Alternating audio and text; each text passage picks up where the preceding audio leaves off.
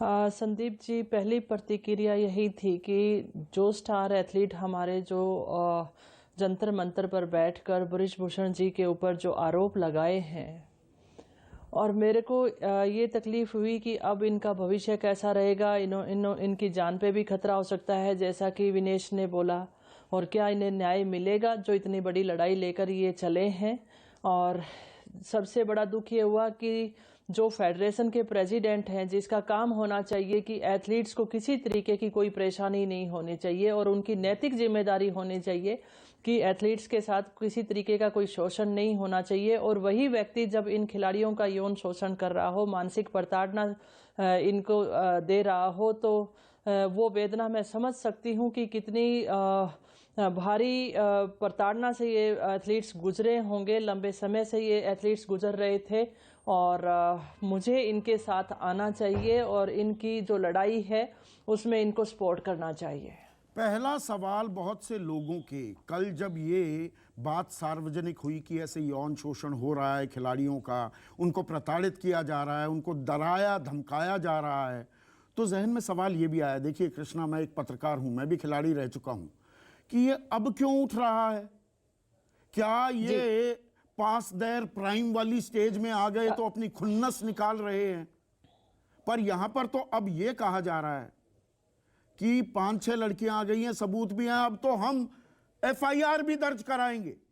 तो ऐसे में कल का दिन आपके अंदाजे में कितना अहम रहने वाला है? बृजभूषण शरण सिंह तो कह रहे हैं मैं फांसी पर मुझे लटका दो अगर कोई सबूत लेकर आ जाओगी। जी, मैं संदीप जी ये कहना चाहूंगी कि इन एथलीट्स की एक अच्छी समझदारी ये थी कि एक दिन इन्होंने 2 दिन जो सड़कों पे गुजारा और उसमें इन्होंने प्राइम मिनिस्टर से गुहार की कि आप हमसे मिलिए और हम आपको प्रूफ दिखाना चाहते हैं जिसमें लड़कियों का भविष्य भी खराब ना हो, उनके साथ सामाजिक अत्याचार आगे चल के ना हो। और जब सरकार नहीं सुन रही हो तो विवश होकर जब ये एफआईआर दर्ज कराने की बात कर रहे हैं, तो यहाँ पर मैं ये कहना चाहूंगी कि कोई भी व्यक्ति जो दोषी होगा वो हमेशा ये कोशिश करेगा कहने की कि मैं दोषी नहीं हूँ। और जब इन एथलीट्स ने ये कहा कि हमारे पास सबूत हैं, तो इस बात में दम लगता है, सबूत हैं और वो एफआईआर कराना चाह रहे हैं। तो बहुत महत्वपूर्ण और अहम दिन है ये हमारे लिए। और मैं कहूंगी कि स्पोर्ट्स जगत का काला दिन भी इसे मैं कहना चाहूंगी। एक तरफ से बेटी बचाओ बेटी पढ़ाओ का नारा और उस स्लोगन को तार तार करने का काम किया है। जो दोषी होगा वो हमेशा बार बार ये कहेगा कि मैं दोषी नहीं हूं, मैं दोषी नहीं हूं, लेकिन ये तो जांच में आएगा। और जो एथलीट इतने कॉन्फिडेंस के साथ कह रहे हैं कि हमारे पास सबूत हैं, तो निश्चित तौर पर इस बात में बहुत बड़ी सच्चाई साक्षी मलिक भी ये बात कह रही हैं, बजरंग पूनिया भी कह रहे हैं, खेल मंत्रालय से बातचीत भी हुई कि सिर्फ कोरे आश्वासन दिए जा रहे हैं।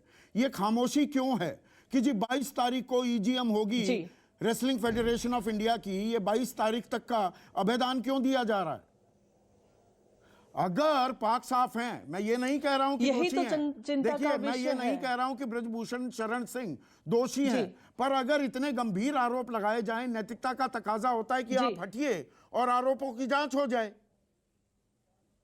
जी, बिल्कुल सही आपने कहा संदीप जी। पिछले दिनों भी हरियाणा के स्पोर्ट्स मिनिस्टर पर ये एलिगेशन लगे और आपको मालूम है कि एक दिन वो कहानी मीडिया के माध्यम से लोगों के बीच में आई और गुमनाम हो गई। और इसी बात का हमें डर है कि 2 दिन के बाद ये भी गुमनाम ना हो जाए और इन बच्चों के साथ कोई अलग से अत्याचार होना शुरू ना हो जाए, इनके भविष्य अंधकार में ना हो जाए। और आने वाली पीढ़ी जो रेसलिंग में अपना भविष्य देखती है, वो देश के लिए मेडल जीतना चाहती है, क्या उनके पेरेंट्स इस तरीके का जब व्यवहार होगा तो वो भेजना चाहेंगे? बहुत सारे सवाल ये दिखा रहे हैं कि ये वो एथलीट हैं जिन्होंने ओलंपिक में मेडल जीता और माननीय प्रधानमंत्री जी ने इनके साथ मुलाकात की थी, इनकी फोटो शेयर की थी मीडिया के माध्यम से।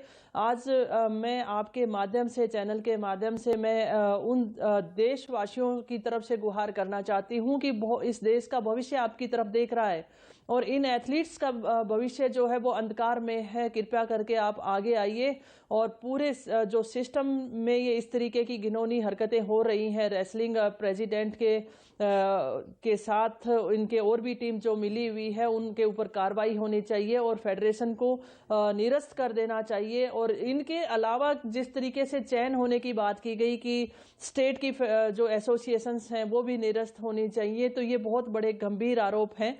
और चिंता मुझे का एक चीज विषय यही बताइए, है क्या ये 2 दिन मीडिया में कृष्णा, चलने के बाद वापस अंधेरे में चला जाएगा?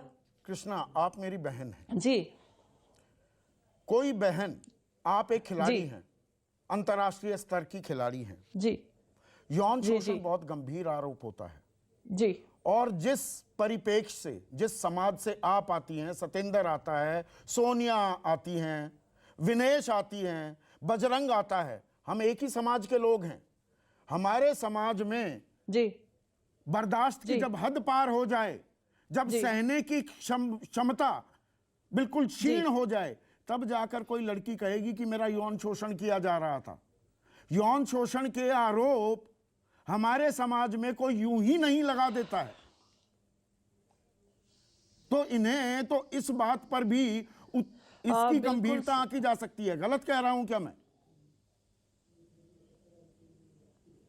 बिल्कुल भी गलत आपका सवाल नहीं है। ये वो समाज है जो मतलब एक हद तक सहन करने की कोशिश भी करता है। और मैं महसूस कर सकती हूँ कि गांव से आने वाली बच्ची जो बिगनर होगी और जिसने इंडिया कैंप में आई होगी और उसके साथ इस तरीका का व्यवहार किया होगा और जिसने भी यौन शोषण किया होगा, तो वो कितनी प्रताड़ना से पहुंची होगी और उसने कितनी बार सोचा होगा कि मुझे अपनी जो सीनियर एथलीट हैं, चाहे वो विनेश है चाहे साक्षी है, उनको बताना चाहिए, नहीं बताना चाहिए। वो कितनी जद्दोजहद में रही होगी, कितनी जद्दोजहद में उसने ट्रेनिंग की होगी, कितनी जद्दोजहद में वो अपने आप को उसने मारा होगा। और जिस समाज से आपने बात की कि हम जिस समाज से आते हैं, मैं गर्व महसूस करती हूं कि इस समाज ने, इस देश के खिलाड़ी, देश को इस जगत ने, इन खिलाड़ियों ने, इस समाज ने इतने मेडल दिए हैं और फक्र महसूस होता है हमारे खिलाड़ियों के ऊपर। और ये संदीप जी, मैं कहना चाहूंगी कि जिन लड़कियों की बात हो रही है उसमें समाज की बात नहीं आई है कि इन लड़कियों के साथ हुआ है, लेकिन इसमें समाज के हमारे एथलीट आगे आए हैं इस बात को उठाने के लिए। बिल्कुल, तो आज जो इतनी हमारे समाज तादाद के में साथ-साथ उन बाकी खिलाड़ियों के एथलीट्स लिए भी, बात होनी बाकी चाहिए। पहलवान आए, क्या वो कुछ गंभीर जो करतूतों को अंजाम दिया जा रहा था उसकी हमने बानगी मात्र देखी है?